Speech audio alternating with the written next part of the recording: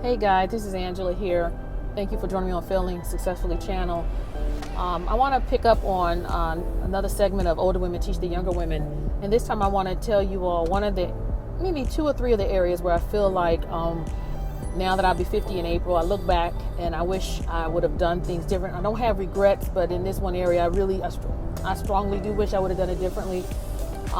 So if I could say to my 15-year-old, 25-year-old, 35-year-old, heck, 45-year-old self, particularly though when I was younger in my teens and 20s, for me, lesson one is get in shape. And when I say get in shape, get your body in shape, it doesn't mean I'm telling you to be paper thin and supermodel thin, but I wasted too many years being obese, being fat.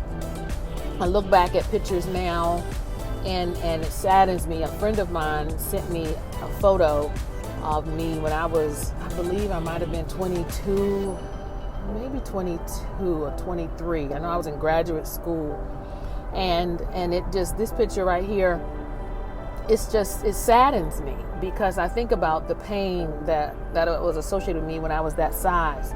I don't care how much you love the Lord, ladies. I don't care how kind and wonderful you are.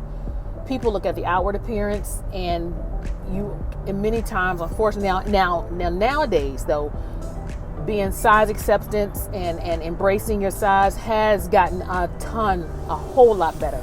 But when I was growing up in my teens and 20s, people treated you like you had the plague.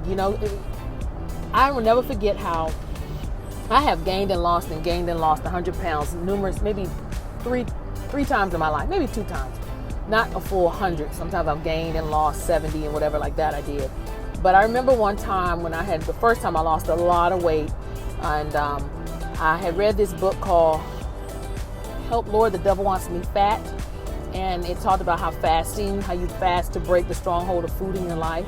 And so I did it. I think I did like a 7 or 10 day fast, and I lost weight. And then that really did work. It took away my desire to overeat and everything for a while. And so my first year in college, I was really heavy. And then when I came back that second year, I had lost 70 pounds. And I just remember how people treated me so differently.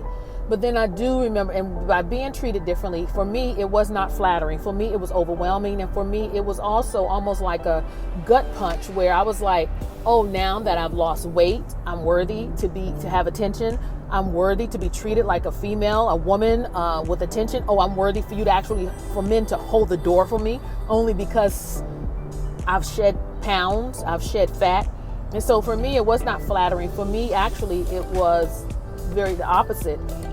And subconsciously, because I didn't think I was worthy of the attention, or I didn't process it, or because I was so used to my negative thinking and pathology, till I actually subconsciously but consciously put the weight back on. You understand? And so it was very damaging to me. So when I first started losing weight the first time, it was very hard on me. And it was not a compliment. For some women, when you lose weight, it's like so exciting and oh my God, you have a whole new life and you embrace it, and you should. But that first time that I lost weight, it made me angry. It made me angry because I felt like, you know what, I'm only getting this attention because I've lost weight. And when I lost the weight, it's not like I had gotten down to like a supermodel size, a size 3, like I was still in, like, maybe instead of a 24, I was maybe like a 14. But because I'm tall, I guess it was stacked right. You understand? Okay, and so now that I'm almost 50 and I've lost, gain, and through this past year, I've gained 18 pounds over this past year. And I'm not going to blame COVID. I'm not going to blame anything because COVID didn't put that food in my mouth. COVID didn't make me drink that extra glass of wine. COVID didn't have me not exercising because even though, yes, I couldn't go to the gym like I normally did, which is true. However, I can still run and jump and up and down in my house and in my room or whatever. So I can always find excuses. Excuses are are the tools of the meek and incompetent. So I could have easily, found a way to find, to exercise. So it is what, and I had my husband get me an elliptical. Well, I didn't make him, but, he's such a good husband. If I mention it, he's like, Lord, this woman, let me just go and get it. However, so I would say to you all, get your bodies in shape. I wasted so many years being 200 plus, and then in my 30s, 300 pounds, and it was hell. being overweight made me settle. And I don't care what you all say, and you can disagree with me. I do not care. This is my channel. If you don't like what I'm saying, just sign out. You know what I'm saying? I'm so tired of censoring myself. I'm so tired of not, giving my heart to you because because I want likes, or I want shares, or I want subscriptions. Like I'm pouring out to you. And so, yes, I would love to have 1.9 million subscribers, but I'm sorry. It seems like nowadays all people want is mukbangs, and they want to watch you eat, and they want to watch you act crazy and twerk on TV, on your channel. They don't get it wrong. I ain't got nothing against wrong with eating or twerking. You understand? Matter of fact, my husband wouldn't mind if I would eat and twerk for him at the same time. But my point is, people nowadays have itching ears. They want to hear what they want to hear. They want to see what they want to hear. But if you come with them with some truth, then they want to censor you. They want to ban you. But this is my channel, the Failing Successfully channel, and I'm going to talk about what I want to talk about. And I'm sorry, I didn't mean to get off on my own soapbox, but it's the truth. You know what I'm saying? So anyway, I would say to you ladies, I don't care how gorgeous you are. And I'm talking to someone who's still, like I said, I've gained 18 pounds. So I need to lose 20. And so I'm working like hell on that to lose this 20. But it's nothing how it was when I was at 318 pounds. And I'm telling you, life is harder when you're fat. Some of you all aren't going to like the fact that I use the word fat. You want me to use some other word. Okay. I don't know, pleasantly plump. That's what I call myself. But the reality is I'm overweight, and so I need to lose it. And when you go to the medical professional doctor, they even make it sound worse. They tell you what you are. You are obese or clinically obese. Before my weight loss surgery back in May 30th, 2006, the day that changed my life forever, except for the day I accepted Christ into my heart, I was considered morbidly obese. I mean, I'm 5'10", but I was 318 pounds. And so no matter how you slice it, that's obese. And so anyway, that's the one thing I would tell you all ladies. Don't waste your life being overweight and obese. I settled.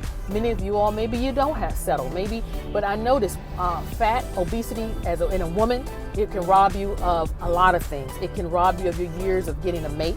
I don't care what you say. Yes, yes, yes. You can get a husband. I got a husband when I was 318 pounds. But do you know how many frogs I kissed? How many times I settled? How many times I laid down and spread my legs just to feel love because I was heavy, because other men who were, I'm not saying they weren't good men, they were good men. Other men passed me by because I did not, I wasn't what they desired physically.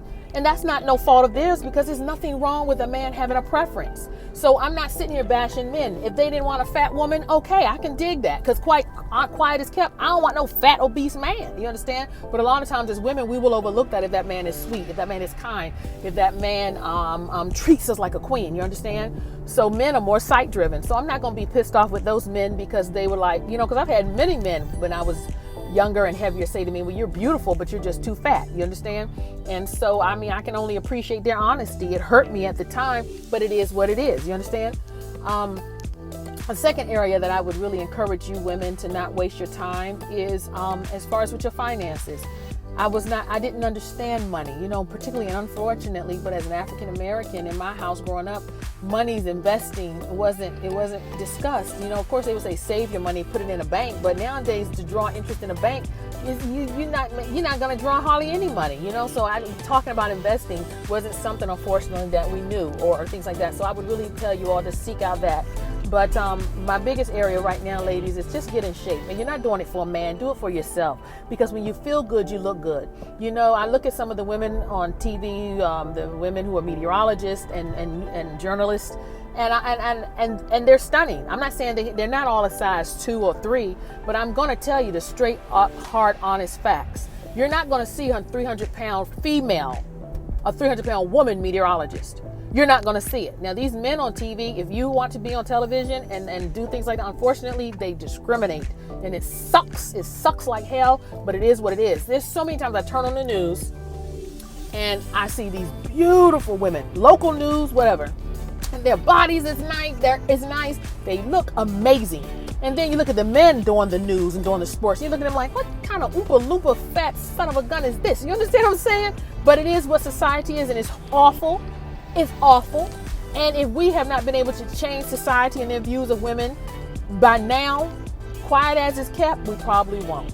So take it from someone who has lived on this earth almost 50 years and I have lived the experiences. I know everything that goes with the being fat as a woman and how it feels to be rejected and put down and made to feel like you were a piece of crap, made to feel like all you were good for is what was between your legs, made to feel like you had to settle because you didn't have a 36, 24, 36. I know how it is to be as small as a size 8, because that's how small I was back in 3 years ago.